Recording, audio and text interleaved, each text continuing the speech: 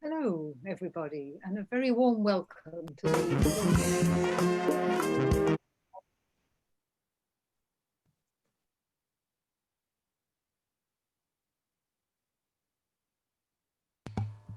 Over to you, Catherine, to get started. Are we ready to go? We are ready, yes. Lovely. Hello, everybody, and a very warm welcome to the launch of Liz's book, Outside the Box. This has to be the biggest launch party I've ever been to. I think we've got around 750 people registered at the last count, although, of course, not everyone may turn up. And what a wonderful book. We are, of course, at PCCS Books, absolutely delighted to be publishing it. And I realise I haven't introduced myself. I'm Catherine Jackson, and I'm the commissioning editor at PCCS Books. Tragically, the book is perhaps needed more now in this time of COVID than ever. Its mix of first-person accounts with wise advice and insights from professionals and practitioners in the field is unique. And on top of all of that, there are the beautiful illustrations which provide a liminal space between each chapter for further thought and reflection.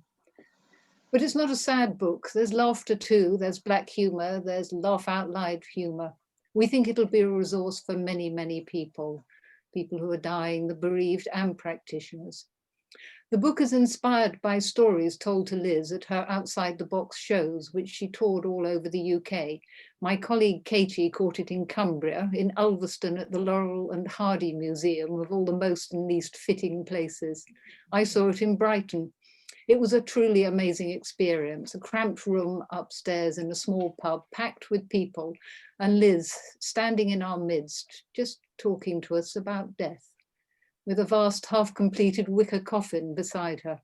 The conversations continued long into the evening downstairs at the bar. People are hungry for these conversations, as tonight's launch shows, and I so wish we could all be in one room together having them. The book will, we hope, be a prompt for many more people to have these conversations and to have them sooner in our lives, not just on the threshold of death. So congratulations to Liz for this amazing achievement, and thank you for bringing the book to us. Before I hand over to Liz to introduce the evening's events, I just want to point you all to the chat room. This will be open throughout the event. There will, time allowing, be a short Q&A at the very end. If you have any questions for any of the speakers and for Liz, please put them up in the chat. Mark them question and who therefore if relevant, so we know to pick them out. Over to you, Liz. Thank you, Catherine, and thank you all so much for coming. It's lovely to see so many of you here. And here it is at last, the book. I want to say our book because I suspect that many of you here tonight may have contributed in one way or another. Around 300 people were involved in the end. So thank you so much. Why write this book? Stories are how I've always navigated the world, and these stories are a unique insight into people's everyday lives, both extraordinary and ordinary. We usually hear from experts, but we all have a lot to say to each other about death if we feel we have permission. I believe these stories could help change our lives as much as our deaths. So the shape of tonight is to hear a few stories from each chapter, some of which are edited extracts, read by our team of storytellers. I welcome Ike Denloy, Jay Vasani, Razia Aziz, who will join us later to read her own story, and Simon Hutchins.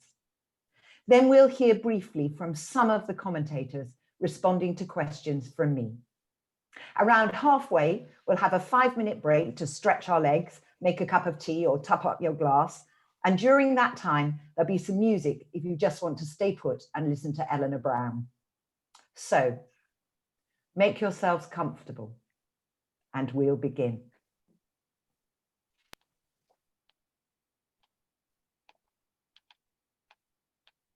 Getting ready.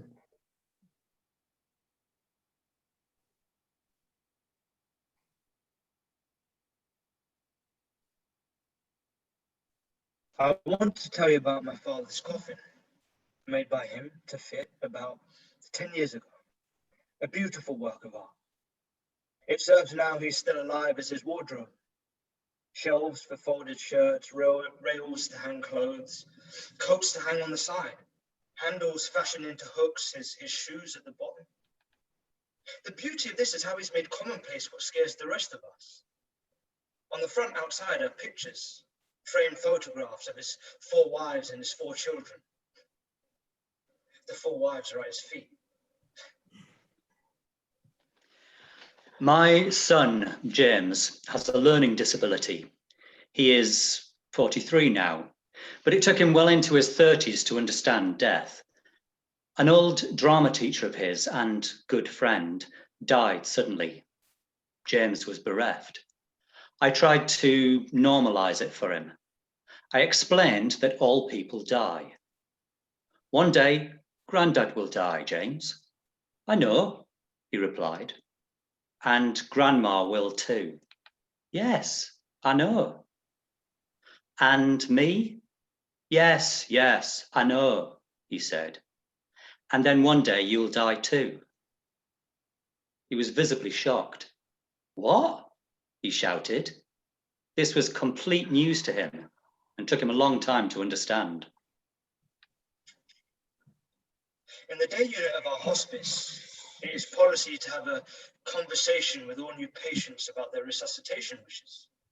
I was approaching the topic with the usual sensitive explanation when the woman in front of me unbuttoned her blouse and proudly displayed a tattoo emblazoned across her chest.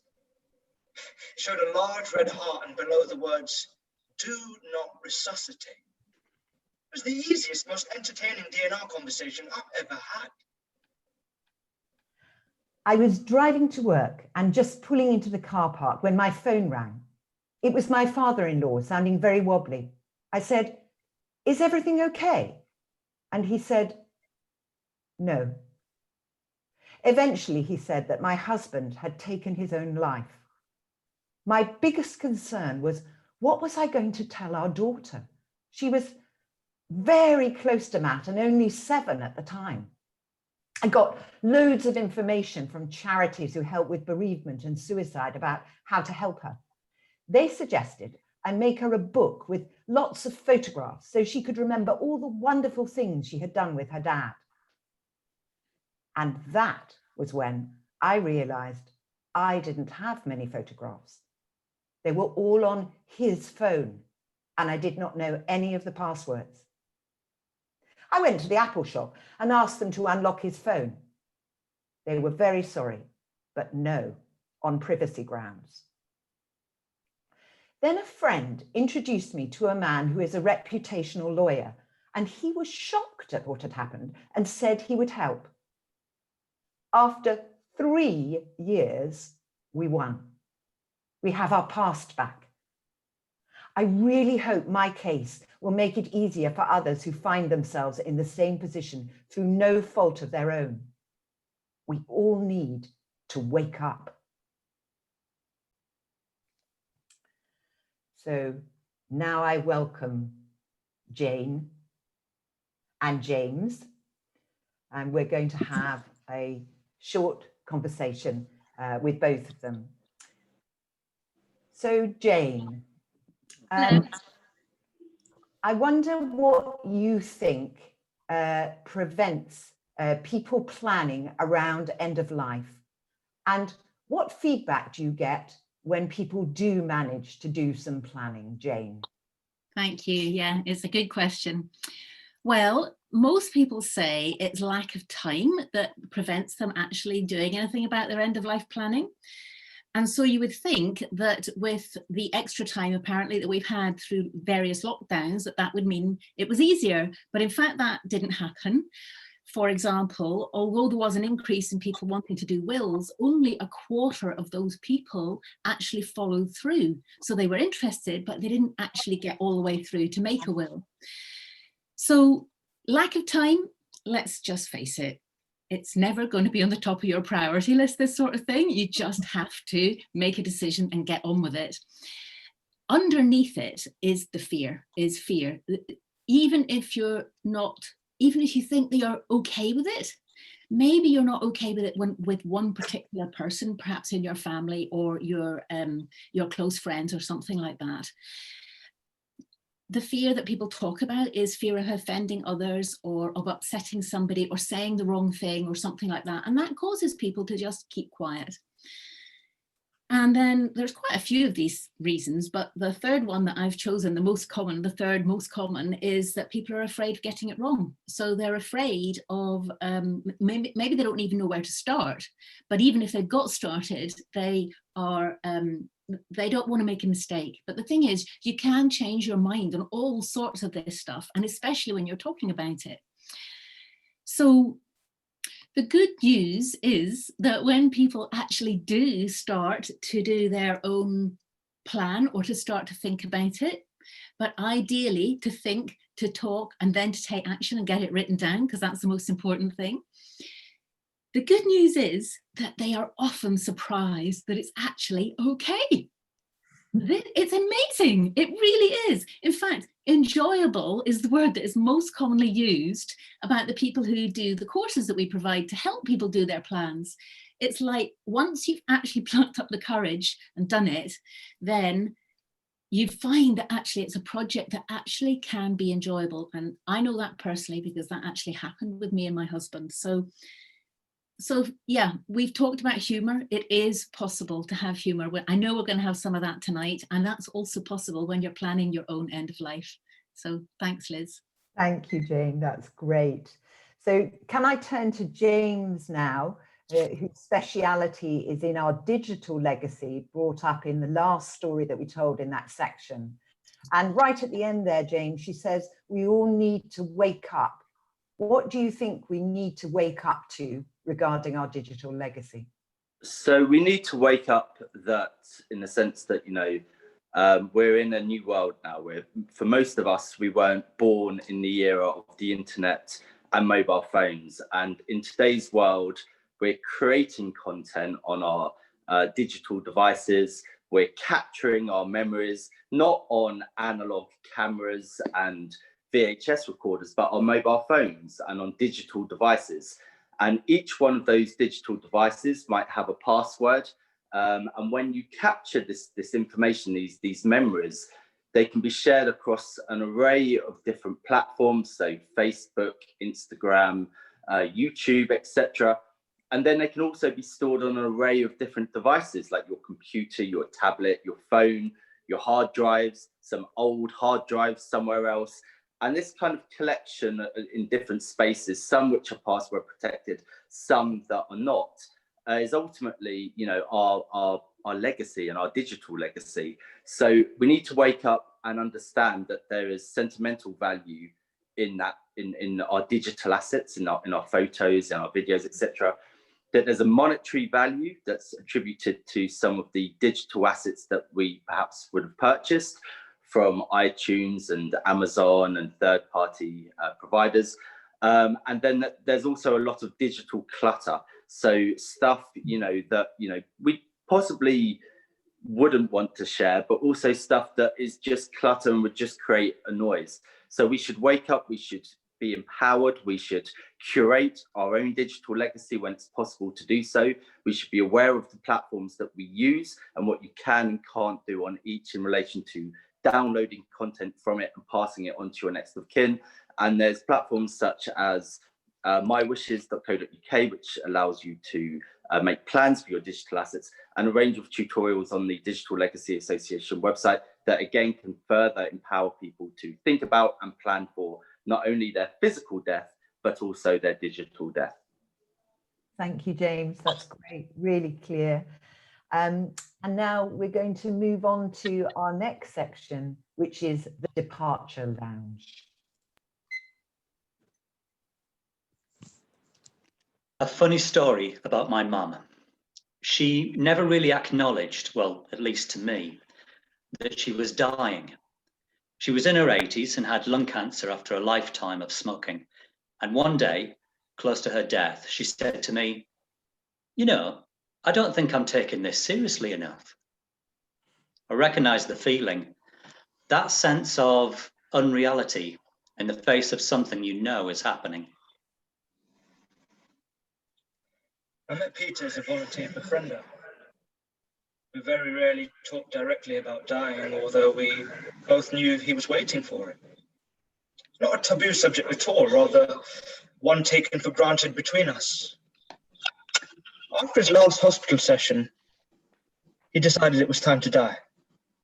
I mean, he never told me, but I knew it when I went to visit and the staff said he was refusing to eat. It took 6 weeks. On 2 or 3 of the last visits, we would be together there for an hour in deep silence. And that felt both hardworking and rewarding. The hard work of intense concentration, of listening, of affirming him wordlessly, and being grateful for all that he had given to me, for his friendship. Nothing needed to be said. I was caring for a patient who was very close to the end of life. He was in and out of consciousness, not eating, barely drinking, and had been refusing nurse visits, but he allowed me to come.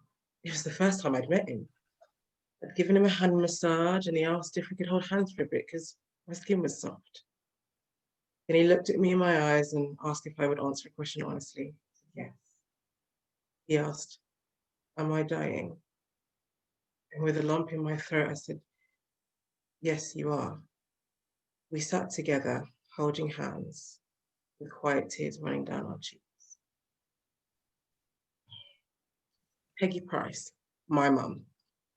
I'm a little bit excited. I'm going to meet Jesus. I'm going to be with your dad again. Try topping that bill. When my nan was on her deathbed, she was asked about her obituary. She said, I want Margaret Hampson, died peacefully. Volvo for sale, £500 or nearest offer. Thank you. And now we welcome Bob Horton. And Bob, I'd like to ask you, in the work that you've been done in the past in hospices and elsewhere, how you work with families that are in denial about the closeness of death. Yeah. Hello, Liz. Hi, Bob. Hi. I think there's a short answer and a long answer. The short answer is very, very carefully and respectfully. I don't know about you, but I think the word denial can be a very negative word. You know, if we are facing something just so huge as our own death, it's going to take a while to process that. And I think for most people who are dying, they can live very happily on 2 levels. They can live with a full acceptance of what's going on. And then at the same time, your everyday life happens and you get on with things, and you can move between those 2 things where you blot it out altogether, I think, and that's healthy. And then you go back and you remember, and then you blot it out again. You know, we do need truth telling. I think it's helpful for people to know where they are, for a clear a clear palliative care plan to be in place, for people to know what that is, you know, for a will to be made, as we've heard. If somebody has children, for memory boxes to be made, those practical things to be put into place. And also I think it can be helpful if it's not just one person carrying this forthcoming event. So if your partner is carrying that and you're not, that's kind of a bit unfair.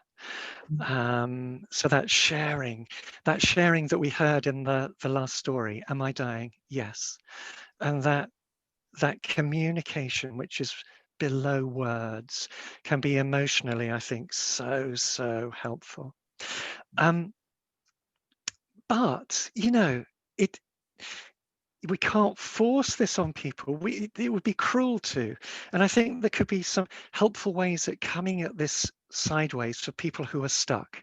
So you could ask some questions. You could say something like, I wonder if there's anything you want to talk about that it's really incredibly hard to talk about. You know, that gentle question could open something up. I think also creativity. You know, I've got a picture of a Japanese print, and it's got some people on a bridge. It's got a cliff with rocks coming down. It's got some beautiful fields. You could say to somebody, where are you at this moment in your journey? Where do you think you are in this picture? Are you on the bridge? Are you underneath the rocks? Are you there in the fields? And that could just open up a conversation in a very gentle and natural way, rather than saying, you're dying, you know, you've got to face this.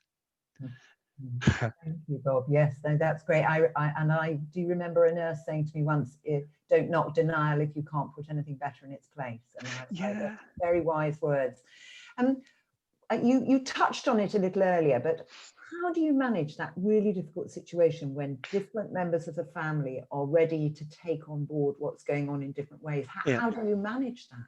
Well, it's tricky, isn't it? And I think sometimes the person who's dying, because it's happening in their own body, is a bit further ahead than family and friends. That's often the case. It's not always the case. I mean, it's tricky. I think, again, some gentle questions to somebody who's struggling, like, is this how you want to be dealing with it? What's getting in the way for you? Do you have any ideas of what could help you? Putting it back to them. But I think also some people, you know, people deal with things in different ways. It could be that somebody is dealing with something very practically. It took me a long time as a chaplain to work out that not everybody needs to talk about it. Not everybody needs to talk about their feelings. The story about silence. You can sit with somebody in silence, and there's something going on.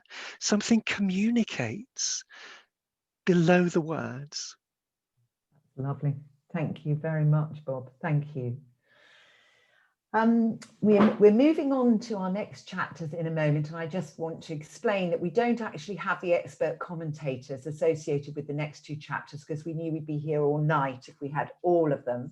But we're delighted to have the expertise from Jen Coates from SANS, from a nurse midwife at the Great Western Hospital, Winstone's Wish, and the Child Bereavement Unit, UK, who all have provided expert commentary that's in the book. So without further ado now, we'll move on to Far Too Soon.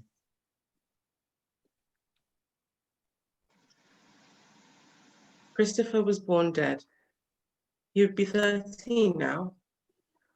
I was 25 at the time, and lots of decisions were being expected of me very quickly, some of them in labor. I was young, heartbroken, and scared. If I could go back, I would have made different decisions. In fact, I would have actually made decisions. I think I was just swept along. My brother died at 1 week old. I was almost 3. It was never spoken about. His name never uttered again. This denial of grief imploded my family at the core. We sucked it up and never recovered. I lost my parents that day. They went to the hospital and never really came back. After 9 months of trying for a baby, my wife Mary fell pregnant with our second child. We told family and friends pretty much as soon as we knew, about 6 weeks. I also told customers in my weekly veg market stall that Mary was pregnant, to general congratulations and excitement. We had a conversation and agreed that if the worst were to happen and we lost the baby, that we would want everyone to know, and that it would be harder to tell them we've had a miscarriage if they didn't know she was pregnant. Then after a totally uneventful pregnancy, Mary had a late miscarriage at 16 weeks, rushed into hospital. In hospital, they inspected him, but then returned him in a basket, still wrapped in my favorite t-shirt. See, this simple act of kindness, of treating us as bereaved parents and looking after him, really helped. And it brings me close to tears even now. What was also striking was how many people, nurses, drivers, doctors who we met along the way had lost babies. This was continued into the next weeks and months as we had to tell all those who knew we were expecting what would happen. At this point, I felt that telling people early had been the right decision because of the sense of community and support that helped us to get through the next days and weeks. Losing our baby, who we named Rowan, was one of the worst experiences of my life, but somehow it made my relationships stronger. It gave an edge of reality to conversations with strangers and friends alike. I am a different person now. I've lost a baby. I've dug a grave and laid him in it. I have shared grief with my wife and family. As I write this, Mary's pregnant again. And yes, we told people as soon as we found out. We'll need our support network again, and I'm not ashamed to use it. The wisdom of children. When my 4-year-old niece asked my mum if she was going to die, my mum said, "Of course not." Now I jumped in and said, "Yes, darling, everyone dies, but hopefully not for a long time."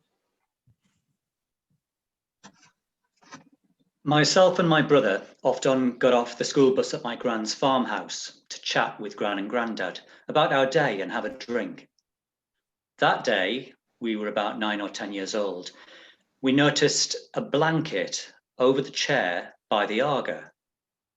Gran explained that Victor, the elderly farm worker, had just died. He'd come into the kitchen to rest as he felt unwell and had died peacefully. Gran made this normal. She said we could fold down the blanket and say goodbye. I remember thanking him for making us laugh so often and for helping so well on the farm, giving him a kiss and then heading home. Maybe this introduction to death, as relaxed as introducing us to a new life in the family, played a part in my choice of career as a nurse in palliative care. When I was 8 years old, I begged my parents to let me go to the funeral. They let me attend, but they didn't let me watch the coffin be lowered into the ground. Instead, my uncle took me for an ice cream. I didn't want ice cream. I wanted to be able to comfortably grieve for my brother in my own way. Ice cream didn't help me do that. When my children, 5 and 6 years, said to each other, "Be quiet, Dad's coming," I asked why. And they said I got too upset when Mum was mentioned. I somehow knew this wasn't okay, but I didn't know what to do. And then I saw a programme about the children's charity Winston's Wish. We managed to get a weekend with them. The freedom we got at that weekend of being able to encourage openness with death and grief has led us to becoming a more intimate and loving, happy family. I wish we had more knowledge of death. One of my friends had terminal ovarian cancer. Now, a week before she died, I went to go and visit her and got into bed beside her. She was at her home. I turned to her and said, "When you die, can I have all your jewelry?" She replied and said, "You're such a bitch. Had any strength at all, I'd kick you out of this bed." We laughed until we cried. And I held her and told her how much I loved her. Thank you. And now we're going to move on to the next chapter, which is Out of the Blue. In the coastal town of Otsuchi in the Iwate prefecture in northeast Japan, looking out over the Pacific Ocean, stands a white telephone booth with an old black rotary telephone in it. The telephone is not connected. it is for calling the dead.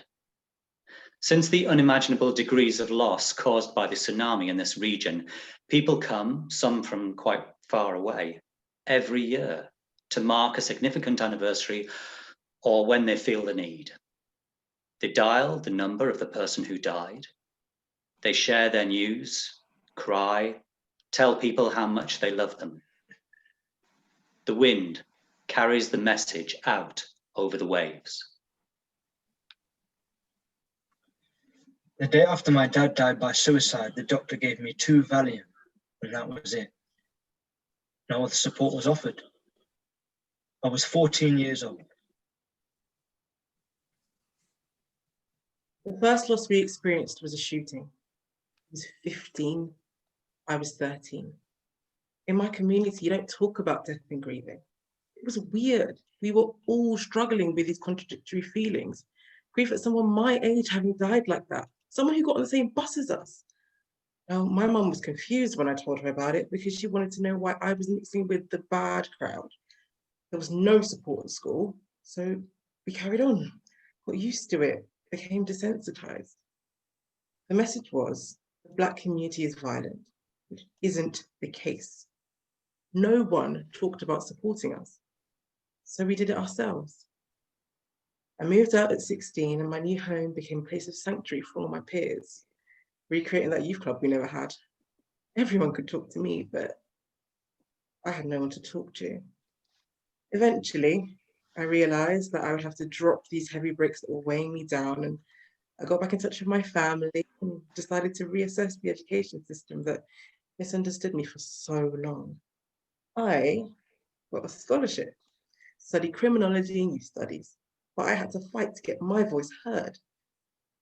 In my second year, my closest ever male friend was killed. Those bricks came piling back on. I broke. See, I come from a place where you have to do things on your own, but this time I realized I needed help. Through working on myself, allowing others in, and working as a youth worker, the journey started. However, the feeling of experiencing death professionally was different. It made me view violence holistically. I realized that we view this kind of violence as affecting Black men and boys, but Black women and girls are always there trying to keep them safe. Black women and girls are told to be strong for everyone else, but not ourselves. My personal and professional journey allowed me to understand that we can put our armor down and be who we want to be. Black girls deserve it. So I created it. And that place is called Milk and Honeybees. We focus on HER, healing, empowerment, and resilience. Thank you. And now I welcome Debbie Collins. And Debbie, there are 2 commentators on our chapter, yourself and Dr. Pat Johnson, who talks about responding to traumatic deaths. But I want to focus on suicide with you. That's what you've written about. Can you tell us how you go about helping people with the double taboo of a death that is by suicide? Slowly. And at the pace of the person who's coming for help, to be heard, to be witnessed, really slowing things down, taking time, taking care, and teasing apart the threads. So often with suicide, people, I hate the word suicidal. So often when someone's taken their own life, there's a legacy for the people left behind of what could I have done differently? Is it my fault? How could I have been there if I'd stayed for that last conversation? Those sorts of things. So it's very much about being able to listen really from the heart and witness that and hold and know that there are really no answers, and that if someone's decided to take their own life, sadly, that's usually what happens.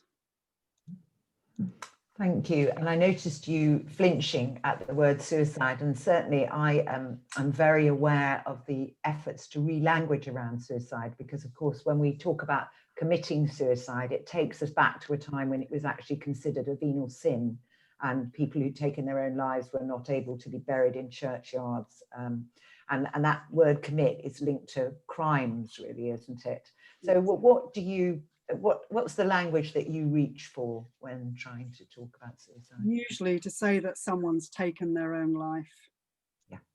It gives them the agency in a way that they've had, in that they have taken their own life. It takes it away from it being a sin, and particularly a crime. As you say, committing suicide always feels to me like they have committed a crime, and I want to bring it away from that and to say, yes, they've taken their own life. Yes. Yeah, it's my experience that when you make that change when talking to a family, a sort of weight can lift off slightly just with that change of language. Yeah. Lovely. Thank you very much, Debbie. Thank you. So now we're going to turn to dementia. My mum died at age 86 after several years of ill health. She had dementia, so I thought my real mum had died 5 years earlier. I tended to my beloved auntie as she was dying. She had dementia and had stopped eating. Towards the end, she was very weak and it seemed death was near. One afternoon, as I sat with her, she became very agitated, trying to get out of bed. I have to stand up and be counted. I talked to her about her remarkable life, standing up for the underdog and living with zest. When you stand up to be counted, I think it will be a celebration of what a wonderful person you are. What a great blessing. She was trying to get up and walk round the block. I responded that maybe we can just imagine that together and stay here in the warm. She agreed and calmed down.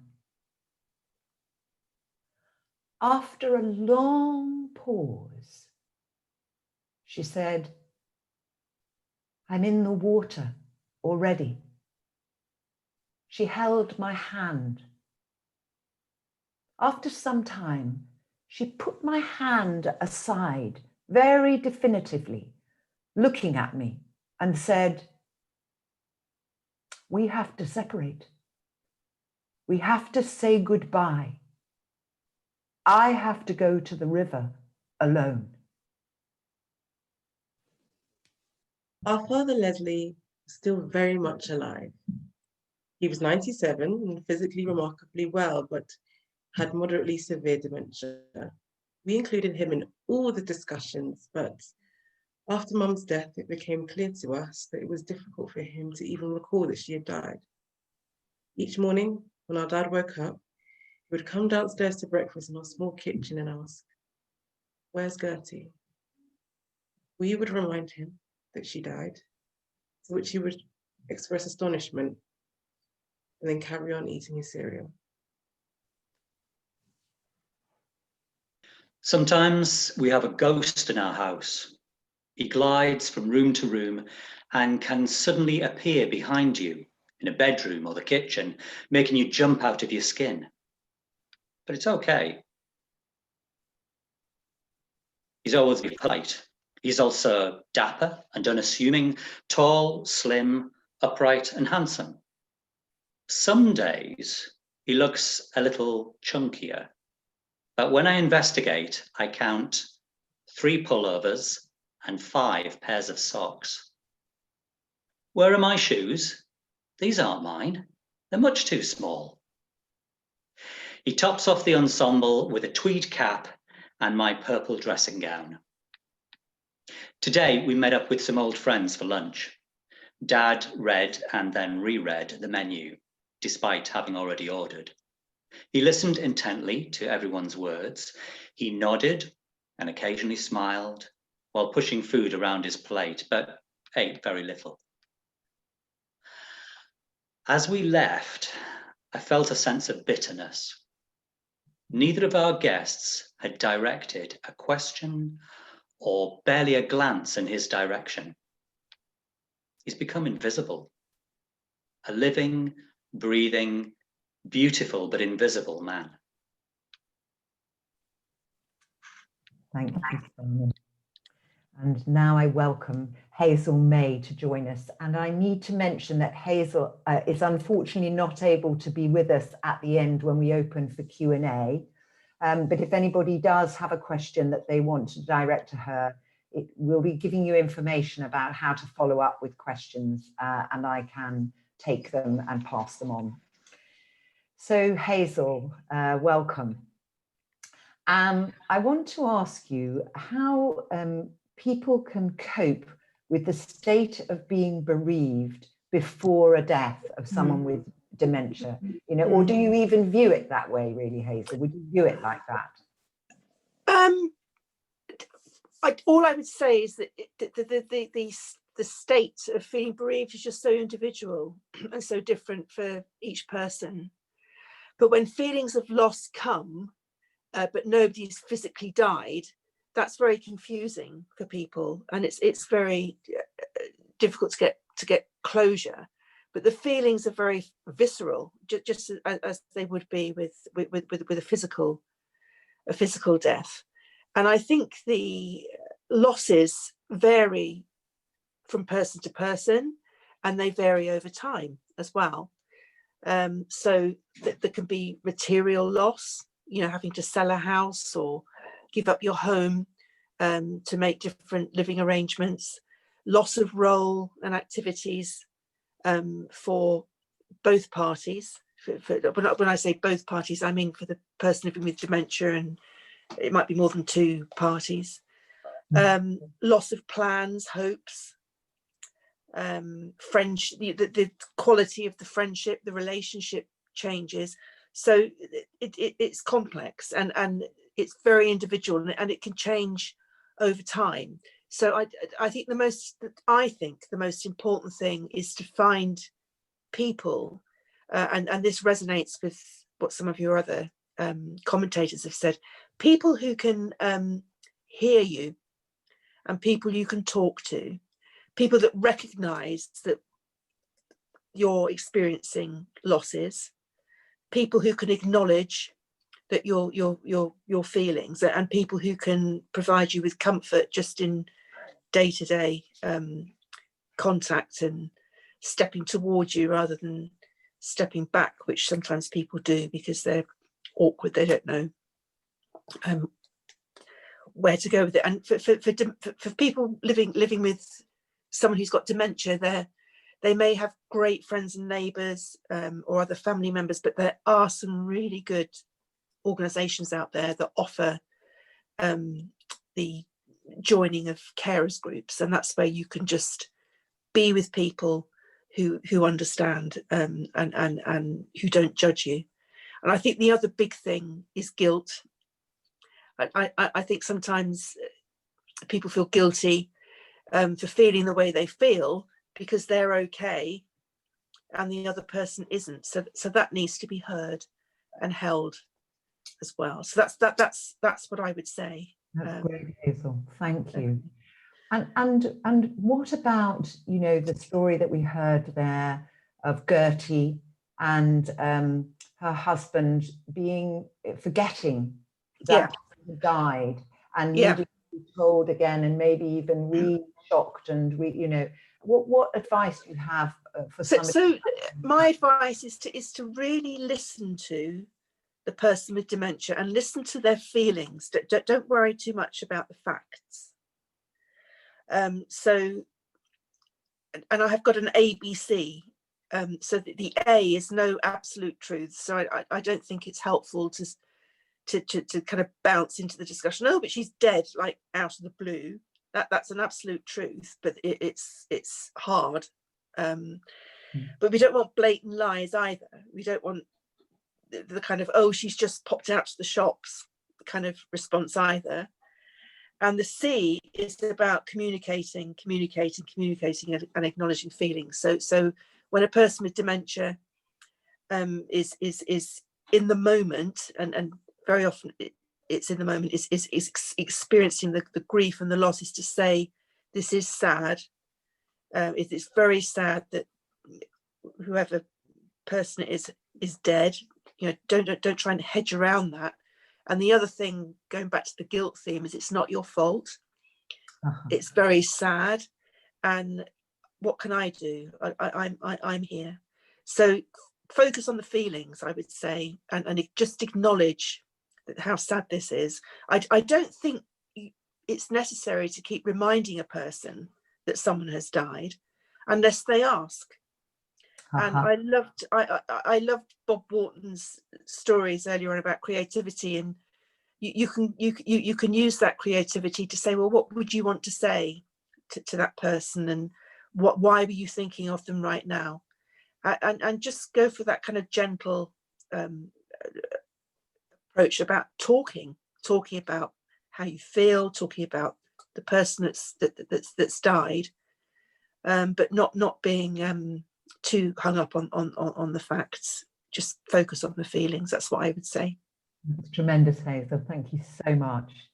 So thank you, everybody. I know you've been doing a lot of listening, receiving a lot of story, a lot of information. So time to have a little 5-minute break. Maybe you might like to equip yourself with something liquid in a glass or a cup. We're going to raise a glass right at the end. Maybe you're going to sit and just listen to the music. So we'll see you all again in 5 minutes. Thank you.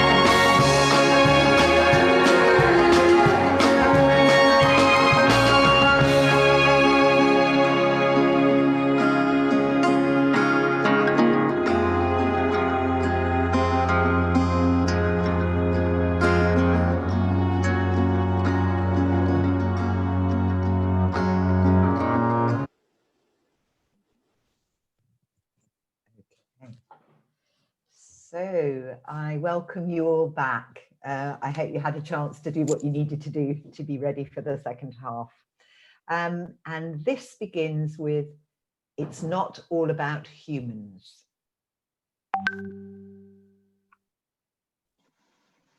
Oh, it's only a dog.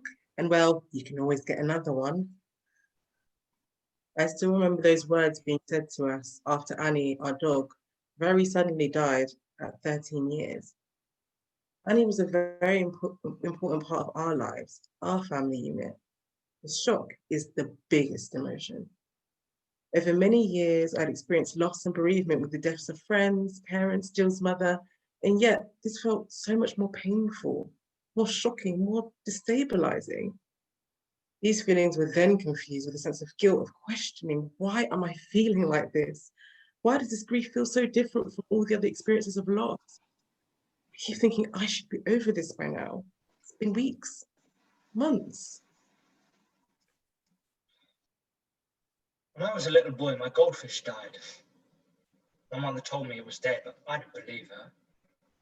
I put my finger in the water and stirred it.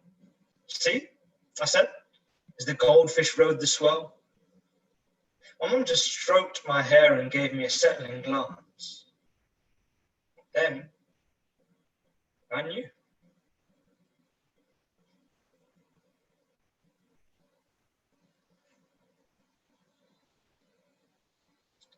My nephew was 5 when Uncle Frank died. He was not allowed to the funeral. A few weeks later, when one of his chickens died, he held a funeral with his sister and me for Chicken Frank. We run a dairy farm. Our cows are fat and sleek. They are relaxed and easy to work with. Even other farmers comment on this, and they ask us what the secret is. It's simple. Kindness. You won't hear shouting on our farm.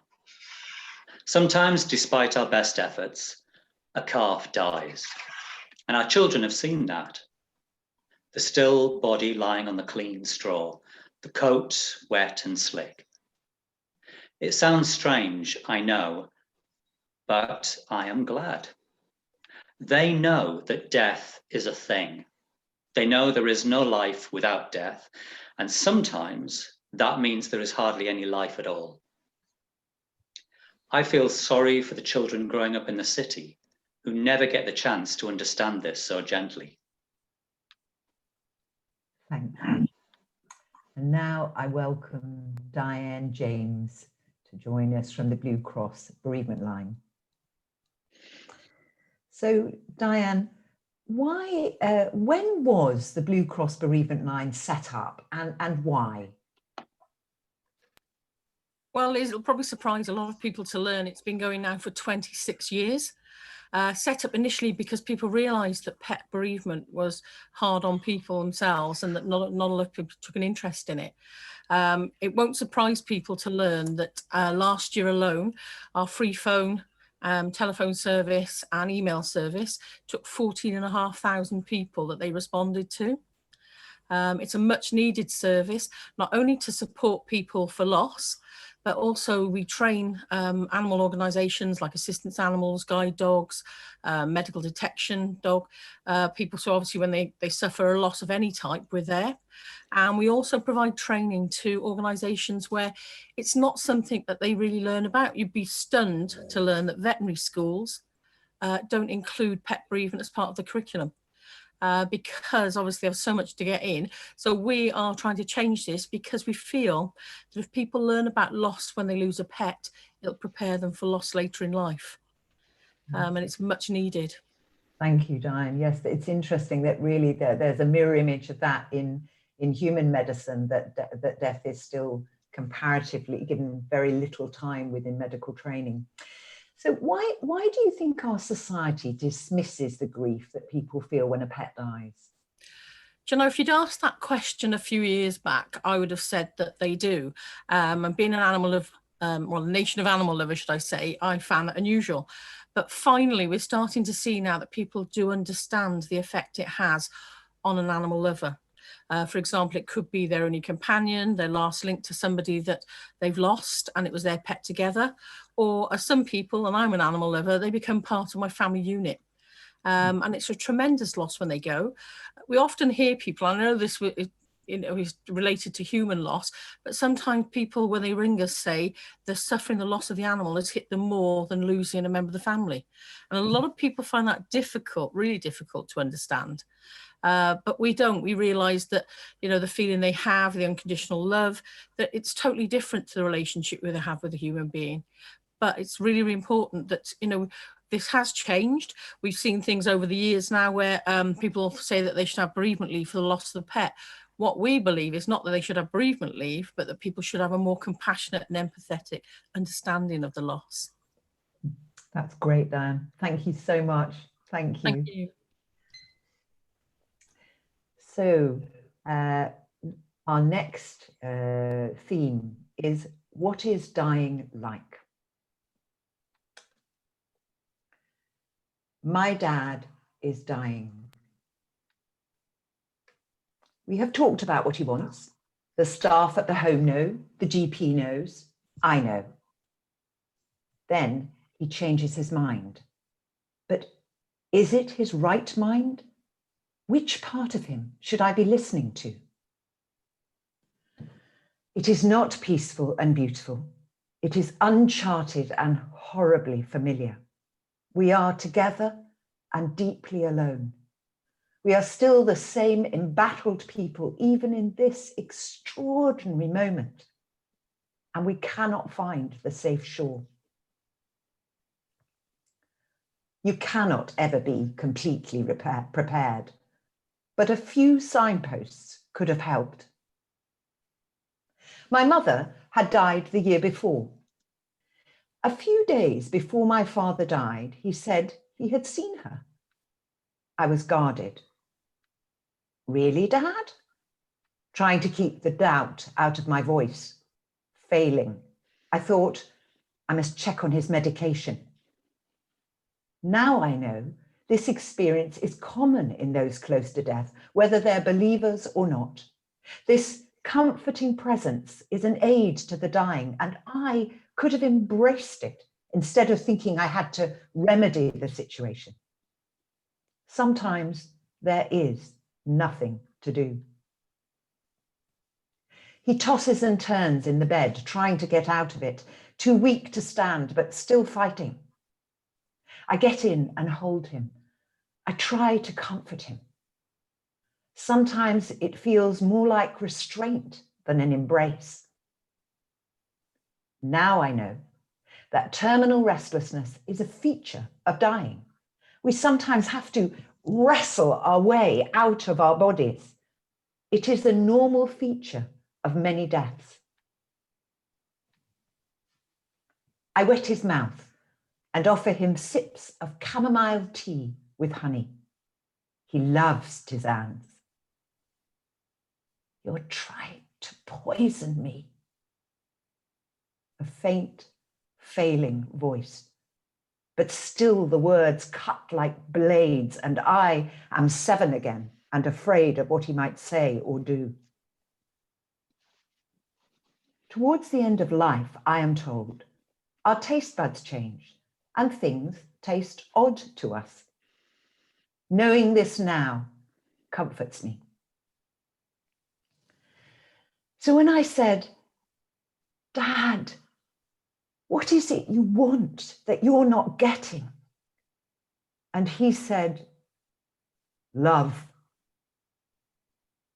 I was silent as Cordelia. I could not heave my heart into my mouth. And this silence has influenced my work for the last 10 years. And I have determined that others shall not live and die in ignorance.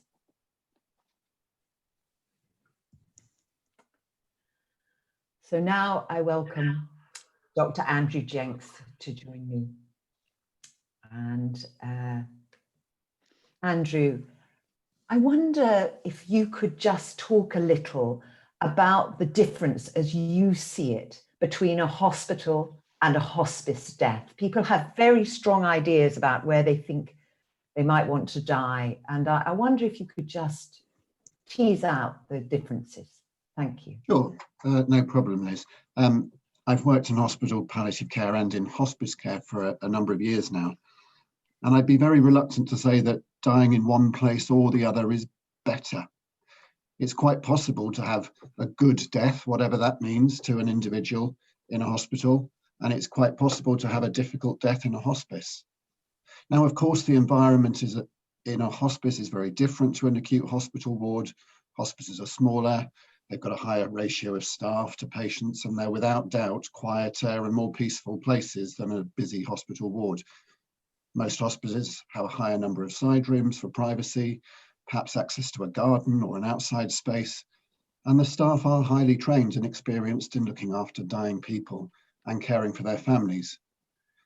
However, we've got to remember that in the UK, only about 5% of deaths are in hospices. Most of us will die in hospital. About 50% of deaths occur in hospital in the UK. And it's our role as doctors and nurses to make this as good as possible for dying people and their families. I'm very proud to be part of an excellent hospital palliative care team, and we will do all we possibly can to help people and their families achieve their preferred place of death, whether that be at home or in a hospice. However, for some people, that's sadly just not possible. And some people will choose to stay in the hospital to die. And I wonder sometimes why that might be. And for me, it's understandably in the last days and weeks of life, people are anxious and frightened, apprehensive, and the knowledge that they're being cared for in a familiar environment, such as a hospital ward that maybe they've been looked after over the course of their last illness, is really reassuring to them. Familiarity and trust is often more important to people than the physical environment.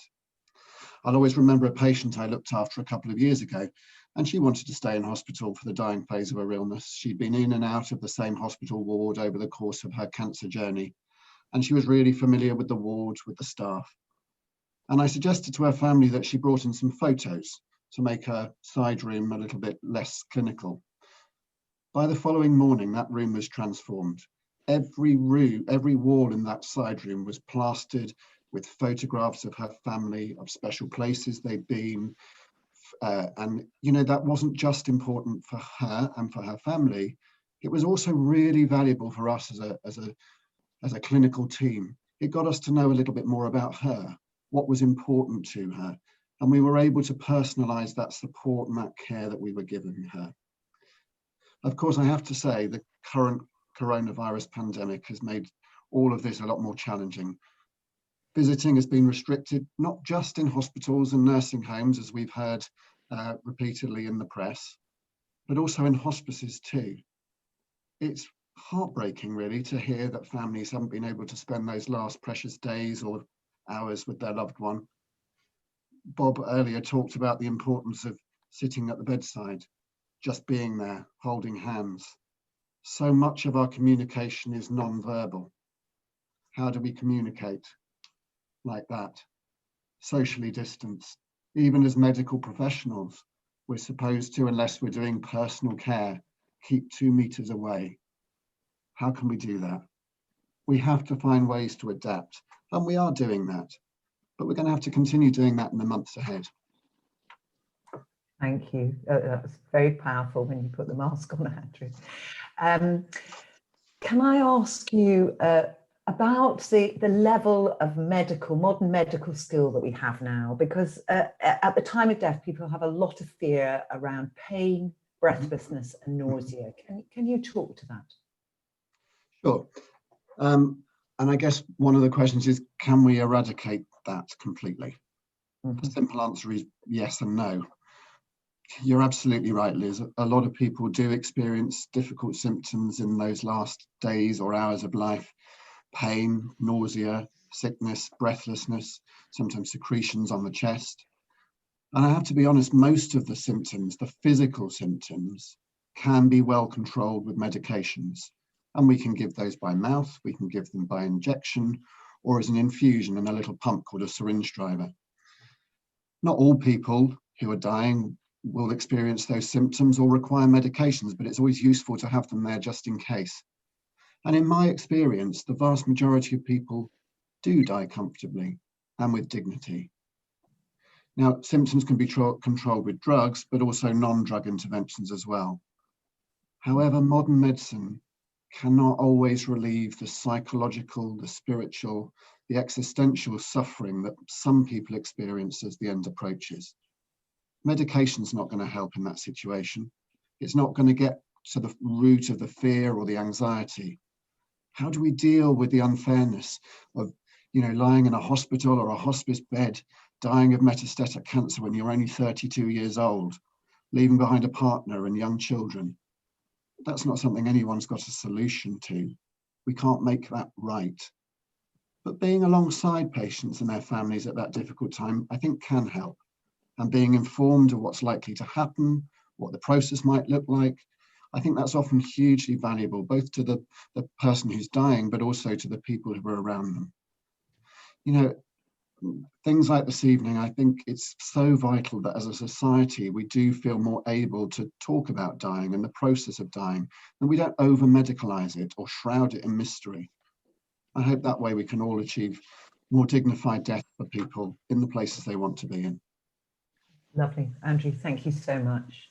And now we're going to turn to our next theme, which is called Now What? I worked as a chaplain at Sir Michael Sobel House Hospice in Oxford. In this amazing, challenging place, there were times when a person died and family and friends did not know what to say or what to do.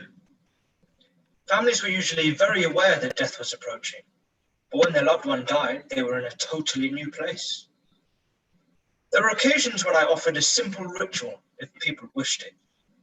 I would gather rose petals from the hospice garden, place them in a bowl and bring along some stones in another bowl. I would then invite the family and friends to take a stone and place it on the sheet around the body of their loved one. I asked if anyone wished to say something about the harshness and heaviness of accompanying their loved one to this point. I then offered the soft, beautiful rose petals which were placed and scattered on or around the body. As the family did so, they gave thanks for their loved one, sharing memories and stories. Often there was laughter in the midst of tears. I believe we need simple rituals like this to help us in the liminal space that follows the death of someone close to us. I was a young Bobby, just finished my first year at Bognor. I was 24. My sergeant told me to go down to the seafront because there was an old couple sitting there and they'd been there for hours and there was some concern about them. I headed down there and spotted them straight away. He was sitting on the seawall and next to him was his wife in a wheelchair. I introduced myself and immediately realized she was dead. It was obvious, even though this was the first dead person that I'd encountered. He was chatting away to her about the view, the weather, the seagulls and that. I sat down beside him and asked if everything was all right. He looked worried. "You're not going to take her away, are you?" "No," I said. "We'll do what's right together when the time comes. Shall I get you a cup of tea?" I rang my Sarge. I said this could take a while. He said, "You've got all the time you need," and he alerted an ambulance. I brought back the tea and cake. 3 cups, 3 slices of cake. We sat there and talked. He kept telling her to drink up her tea and not waste it. It turned out she died early in the morning. He'd got her up, dressed her, put her in the wheelchair, and for 8 hours, he walked her around Bognor to all the places they always went together, ending up at the seafront. I sat and talked to him for 4 hours. The ambulance crew were just around the corner waiting. I knew them. They were our local Bognor crew. It just wouldn't work like that these days. Eventually, he and I agreed it was time to put her in the ambulance. Job done. Thank you. And I wrote the commentaries for this chapter, and I'm not going to talk to myself, but you're very welcome to put questions or comments on the theme of what happens just after somebody's died. That's really the theme of that chapter, and I can pick them up at the end. So now we turn to the funeral. At my granddad's funeral, everything that could go wrong did. Phones going off during the ceremony, my stepmother farting during the prayers, and a radiator leak on the way into the crematorium. But it was the most honest and open we had been with each other. And in a way, things going wrong helped smash through the awkwardness of the occasion. I went to a funeral of a childhood friend. His wishes was for a celebration of life, the focus to be on positivity and love of life to be at the heart of it. That's how we lived, and that's how we wanted to be remembered. Now I had to keep reminding myself that this was a funeral. It's a summer's day, white marquee, balloons, cake, prosecco, bouncy castle, his two small boys running around playing with their friends, people taking selfies. It felt like a wedding. Now, on one hand, it felt progressive and wonderful to celebrate him in this way, but on the other, I felt an uncomfortable sense that something was missing. I think it was the grief. There was no space for it. The shiver, when the community comes to the mourner's home to say the daily prayers and be a support, is a time out of time. I remember not doing any of the daily tasks, wearing a torn jacket and slippers, not seeing myself in the mirror, all mirrors covered, and being comforted by the endless kindness and solidarity shown by the community. When I and my brother sat shiver for our mother, our friends told us that it was customary to accompany the mourners on their first exit from this enclosed and held space by accompanying them on a walk round the block. We were a small group walking quietly through the streets of East Oxford, the men wearing skullcaps. On the way, we met our local postman, who asked us what we were doing. When we told him, he wondered if we would allow him to join us. I was so touched and honoured as he walked beside us. When we go to the funeral directors, we get pressure. They're trying to persuade us to have a really expensive coffin. So-and-so had this one. Wouldn't you like one like that? Or even better, one like this? You people always like this kind of thing. You people. Our friend Zen tragically died at age 39. She'd been a practicing Muslim, identified as queer, was a mother, a doctor, an activist, and much, much more. The first part of her funeral was in a mosque, where her body was washed and prepared according to Islamic practice by friends during Friday prayers.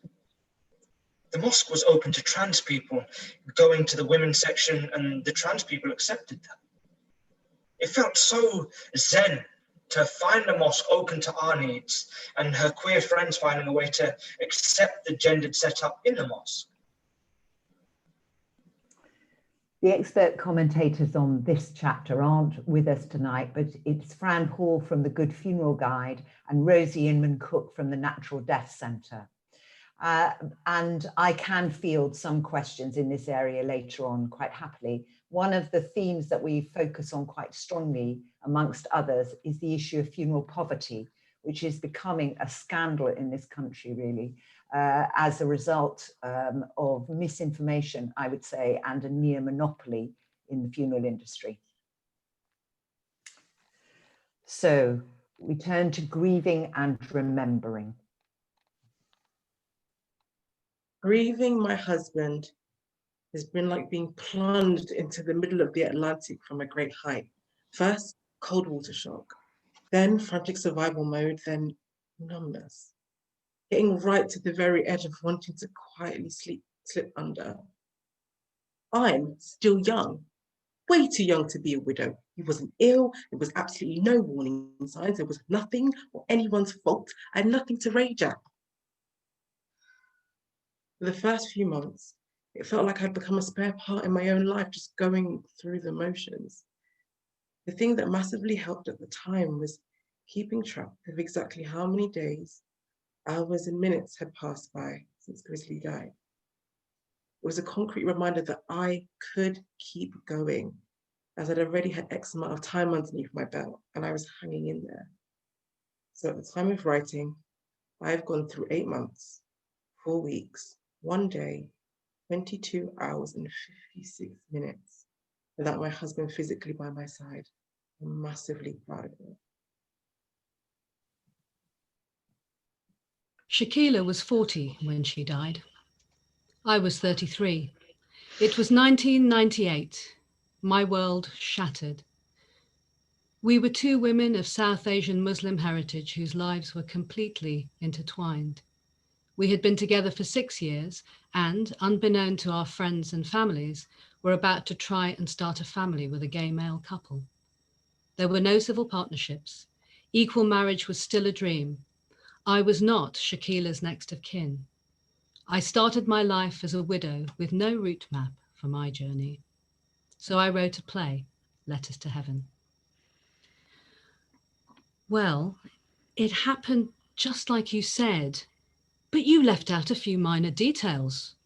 You never told me that I would keep getting letters addressed to you, that I would have to live knowing that you would still be alive if the doctors had just done a fucking brain scan, that your mother would tell me that I had no right to your jewelry because it was for your nieces and nephews and not mine. You never told me that clearing out your bedroom would feel like evicting you from the house, how big and bloody cold the bed would be without you, and how a box of out-of-date frozen frigging Yorkshire puddings would leave me a blubbering wreck. On my first day of university, my best friend died. Spending my time entirely around new friends who didn't know him was hard. I constantly wanted to bring him to the surface of my mind and would talk to him very often. Sadly, this made people uncomfortable. They really had no clue what to say or how to even just be present around him. I had a new girlfriend at the time, and one day I couldn't hold it in front of her. I released a lot of emotion. Anger, sadness, shock, confusion. But she had no idea what to do. And she just looked at me, shocked. This kind of reaction and avoidance was, I think, the worst way to be around someone. It's just so sad. People are afraid to get human around each other. Silence. It was over. I was alone, orphaned.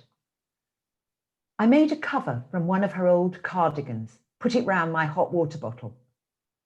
In the morning, it was always cold again.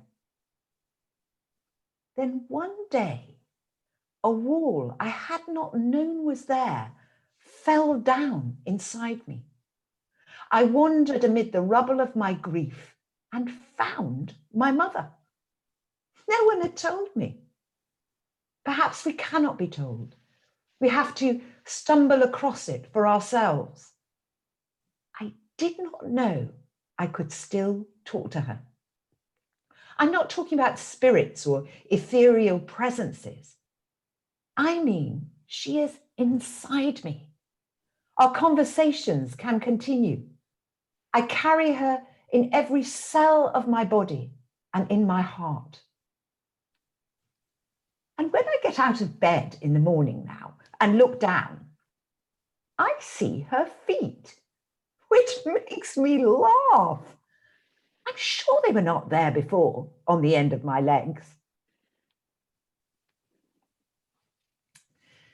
So now I welcome Dr. Marilyn Ralph to join us. Marilyn, what would you say it is that makes people seek help after a bereavement? And can you talk about the kind of impacts grief can have on us on our physical and mental health. Hi, Liz, and hello, everybody. Two parts of that question are very intertwined, because people often do seek help because they're concerned about their health. So I'll start with the second half of the question. First of all, as we've heard from all these amazing stories, grief can be very stressful, and the physical symptoms that are connected with stress are common. So we might expect palpitations, tightness in the throat, tightness in the chest, muscular tensions, aches and pains, loss of appetite, feelings of panic. So, you know, particularly in the first 3 months, these things are very common and very normal. But of course, it can make us worry about our own health and maybe our own mortality, particularly if we have others dependent on us, like young children. We can get very worried about whether we might be dying or seriously ill or dying ourselves. Mental health, of course, it's deeply sad when someone who's important to us dies. And we expect that, but the level of emotional pain that we can experience might be very surprising, particularly if we haven't met anything like that before in our lives. So it may be the first time we've felt such strong feelings. So it's easy to confuse psychological problems with grief, with what we might call normal grief. Because only a minority of people who will go on to experience high levels of reactions that might become high levels of anxiety and clinical depression, where we might actually call that a mental health problem. And I think it might be worth saying that people who have existing mental health problems might be particularly vulnerable following a bereavement, particularly if the person who's died was very central to their sense of well-being and identity. And another really quite unexpected aspect of grief is its impact on our thinking and our decision making. Causes us to feel quite confused. We can't think straight, makes it quite hard to cope with everyday life. And I think that can be as equally distressing as high levels of emotional reaction and pain and yearning, particularly if you're someone who normally feels quite in control of life. So it can make it really quite difficult to carry on with everyday life and to take care of ourselves and other people. So we can see that grief and bereavement can have quite a major impact on our well-being. And that's the key reason why people seek help. And as we've heard from the stories, another reason is the combination of a lack of knowledge about grief and a lack of knowledge about how to support other people who are grieving. So we might seek help because we're worried that whether our reactions are normal or not. We need to explore how we're feeling. We want someone to help us understand whether we're actually going mad in some way. And so many people, when I've spoken, the first question has been, am I going mad? Other people, we might seek support either because we don't have anyone to talk to, or because the people who we expect to give us support just aren't able to. They may not know how to do so, or they may be trying to jolly us along, trying to divert us from our feelings, trying to make us feel better. Or they're so worried about saying the wrong thing and upsetting us that they're just cut off from the normal ways they would give support. This can be really, really hurtful. I believe that we all know what bereaved people want from us, but the lack of knowledge about grief and our anxiety about saying the wrong thing gets in the way of our inner humanity. And if we can just take a deep breath, and as we've heard so many times tonight, stay with what people are saying and listen, we can help our anxiety go away and really, really communicate. Other reasons why we might seek help. Also, I think it's important to think that, you know, bereavement is life-changing, and it's very hard for our friends and family sometimes to actually accept that it's life-changing and that we are going to be different. So we may seek help because we're simply overwhelmed by sadness and despair or feeling out of control. We may feel that the future is just bleak and life is going to be pointless without the deceased. It's very common for grieving people to think about taking their own lives and ending it all, but actually very rare that people do that, particularly because they don't want other people to go through what they're going through now.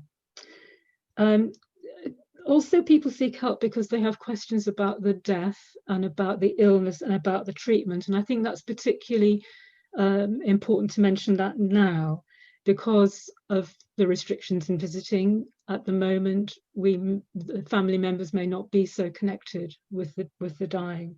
But COVID apart, there may be things that stay seared in our memory from the illness or from the death that we just can't get out of our minds. And in my experience, doctors and nurses in the medical profession are always quite willing to meet people who have those sorts of questions after the death to talk it through.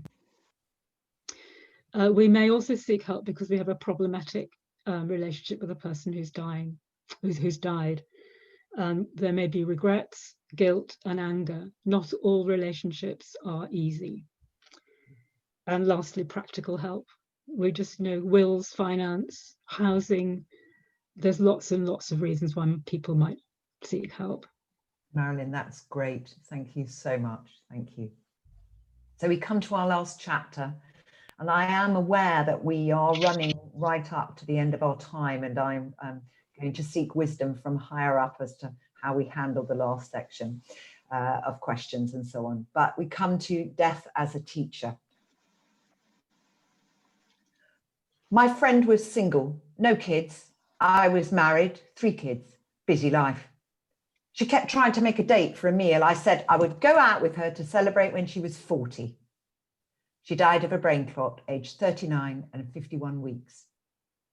Can't change things. Spike was a miserable sod. He was my load master. When we crashed, Spike was very badly injured. He died in the wreckage. The first responders brought him back. He died again on the operating table. The doctors brought him back. Spike had bit his tongue in half, so he couldn't speak very well, but he managed to say, "I have seen the light, Mike. I have been there twice. I no longer fear death." And Spike was no longer miserable. That was 40 years ago. And Spike is still the happiest man. When I first found out I had cancer, I was overwhelmed by waves of raw terror. It was as if someone had punched me really hard. My lungs had burst open and I couldn't get enough air. I went from feeling completely healthy and cautiously optimistic about a long future ahead to fearing I might only have months or even weeks to live. A consultant nurse, seeing how frightened I was, asked what I was frightened of. Through an upsurging swell of tears and fear, I could only find enough air to say one word to her: annihilation. It wasn't so much the process of dying that terrified me, though that has its own fears, but the ultimate fact of death. My own unfolding pattern of consciousness will be gone, kaput. But one day, I decided that rather than trying to avoid the terror, I might just do the opposite. Invite it in, allow it, love it. I set some time aside and tried to calm myself down and then repeat the questions to myself.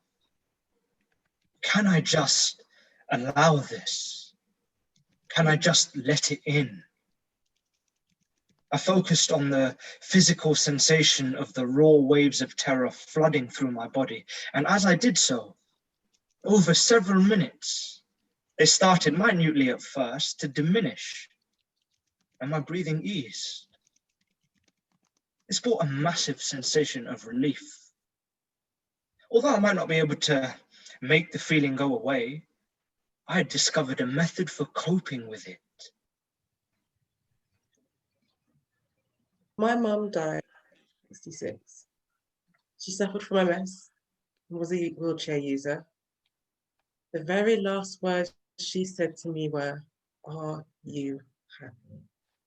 I live my life according to those 3 little words. And if I'm not happy, she gives me the courage to make a change. And that's our last story. And again, the commentary to this chapter is written by me. The overriding conclusion of it, I would say, is that whether people belong to a faith community or not, it seems that when people do manage to engage with their own mortality, it gives them a chance to review their life and see what really happens, what really matters to them. And in some ways, strangely, some people report feeling like they're living more fully and authentically than they ever have before in the face of their impending death. Not everybody, obviously. So drawing to a close now, and again, I'm hoping somebody will tell me if we can run on and into questions. I really hope we can. I just want to say our world feels pretty fragile at the moment, politically, ecologically, on the level of our physical health. But I strongly believe that by embracing our mortality, we can find in ourselves a bravery and a stability with which to face these challenges, and fully savor the myriad of everyday wonders that are still available to us.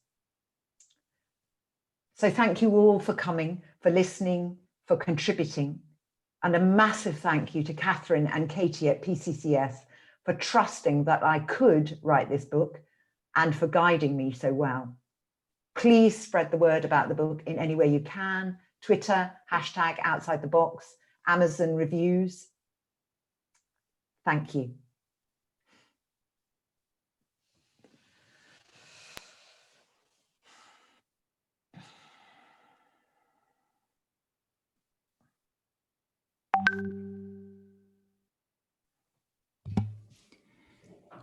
Catherine, I'm wondering whether you're on mute.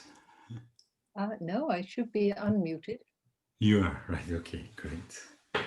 Ready to go? Ready to go, yes, please. So, well, Liz has thanked just about everybody. I can only add my thanks to that, to all the participants, the storytellers, the presenters, the illustrators, to Eleanor Brown for her lovely music, and also, of course, to John and his colleagues at Online Events, who've made it all technically possible and made it seem so easy. Now, to round it off before we go into the Q&A, if you've got something liquid in a glass or a cup to hand, whatever your tipple, I think let's raise it to Liz and everyone who played a part in this very wonderful book. So,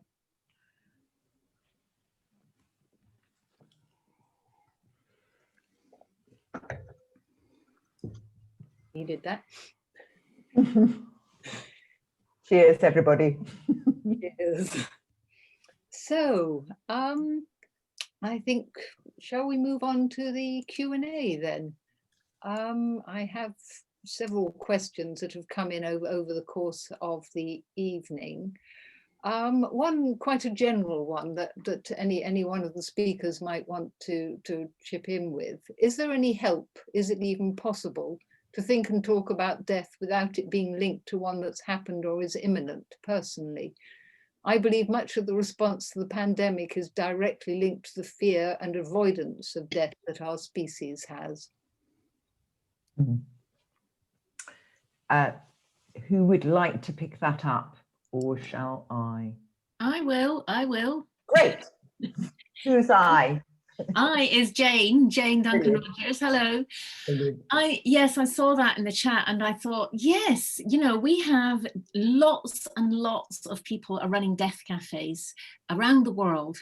All you have to do is Google death cafes. I think it might be deathcafe.com. And a death cafe is simply a place where people gather together with tea or coffee and a cake or whatever it is, something to eat and something to drink to affirm the fact that we're living, but we're talking about death.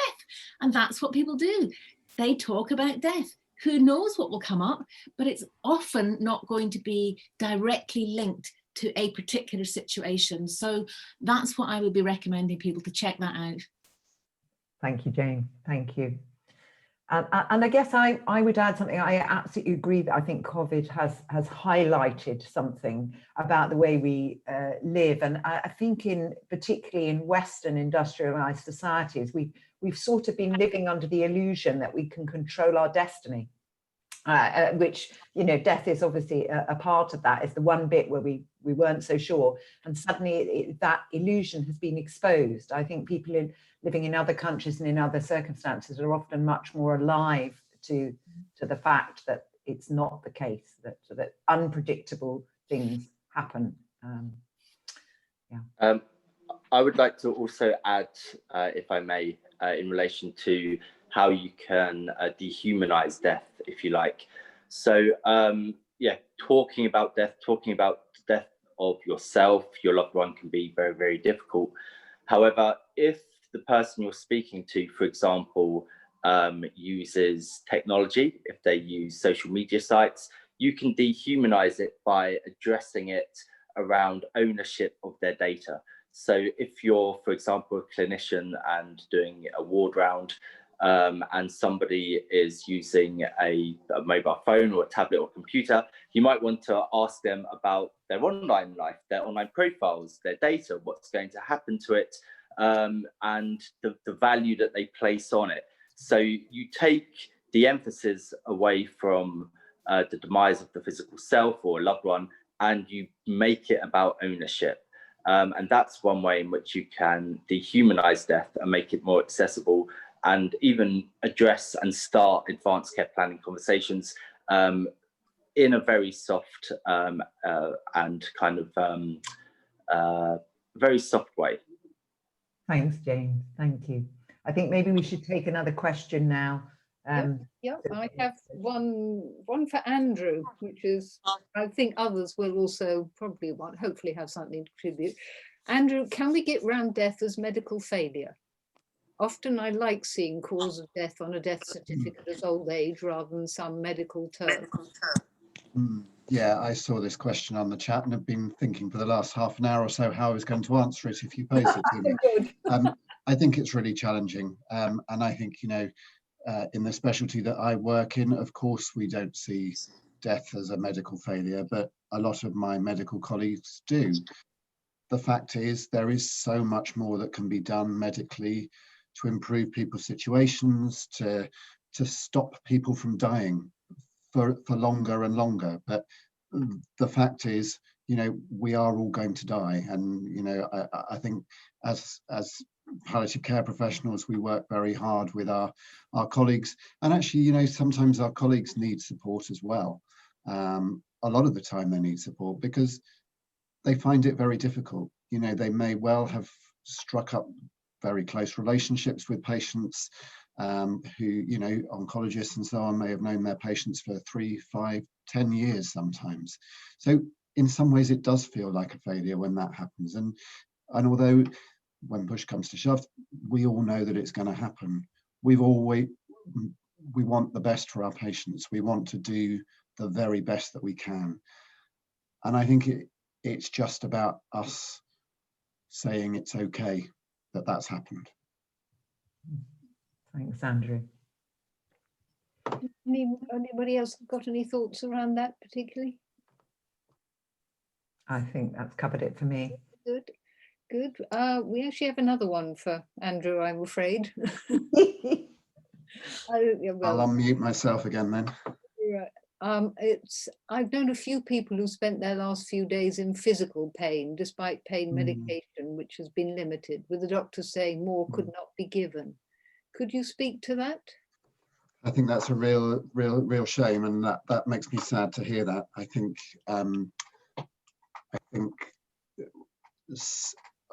some doctors and nurses are less familiar, less comfortable with the sort of medications that we recommend and we use when people are in the final days or hours of their life. The most important thing from my perspective is that people are comfortable and people are dignified. And we know that doesn't always happen. There are reasons why that doesn't happen. And I think, you know, Liz alluded to earlier, the lady from the Blue Cross who said it was a surprise that bereavement and death of pets and animals is not covered in veterinary school. And Liz alluded to the fact that actually death and dying teaching in medical schools is not it's not a big part of the curriculum. It should be. I lead on the undergraduate teaching for palliative and end of life care at Southampton University, and you know, we have such a small amount of time in a 5-year course to actually talk about symptom control, to talk about how we deal with death and dying, how we deal with the patients, with their families, how we deal with it ourselves. And for sure, there's got to be more work that needs to be done. Maybe that's one positive thing that may come out of the pandemic, that, you know, in Western medicine, we're now seeing that we don't have an answer to everything. And we've just got to accept that and deal with it properly so that people get the death they deserve and the death they want. Thank you. Question for Debbie, but again, others might want to answer it as well. My uncle, aged 85, recently took his own life. He had planned it and I knew it would happen, although not when. He'd just had enough, especially after his dog died and he was alone. I don't consider this suicide. What do you think when someone is in this situation? Is this still suicide? Depends whether we're talking legally or how you hold it within yourself. And it sounds to me as if the way you want to hold this and the way that works for you is that he'd had enough and there was nothing left to stay for.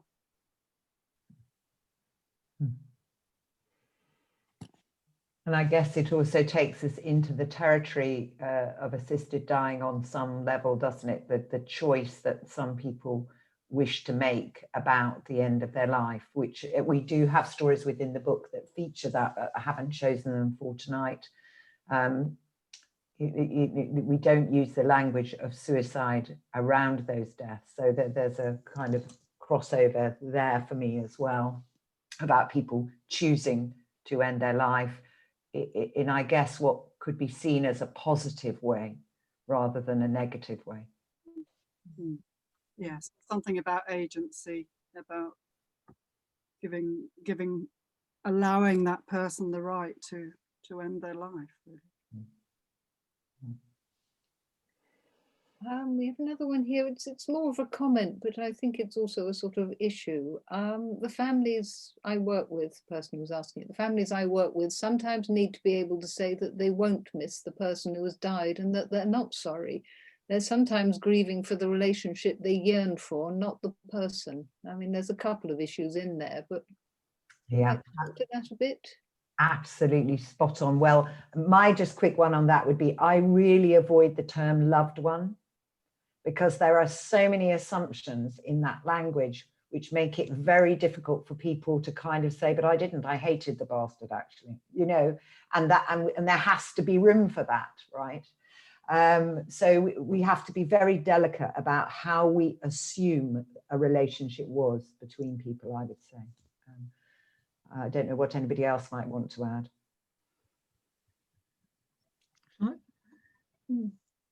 Go ahead, Marilyn. I need to unmute. No, you're okay. You're good. Oh, right. Yeah, it just, if we have an ambivalent relationship with somebody who's played an important part in our lives, grieving them is going to be difficult and hard, and it really can cause all sorts of problems, and the people around us are then surprised that we're grieving rather than feeling relieved that finally it's all over. But we've got to make sense of the relationship and find a place for it in our lives so we can live with it, and rather than going on thinking, well, maybe if I could. It's grieving the relationship that might have been rather than the relationship that was, and probably far fewer of those comforting memories that help us to get through grief and to live with grief. Well, those were all the questions that appeared in the chat room, to be honest. It's sort of neatly only 2 minutes past the original closing time. So great. I think we can wind up. Well, thank you so much, everybody. And please tell people about the book.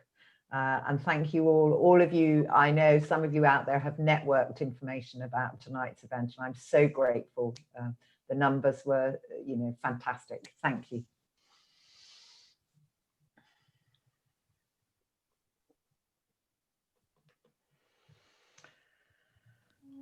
Breathe. Breathe into silence. Breathe into the timeless. Breathe into beliefs. Oh, breathe. Breathe into the broken.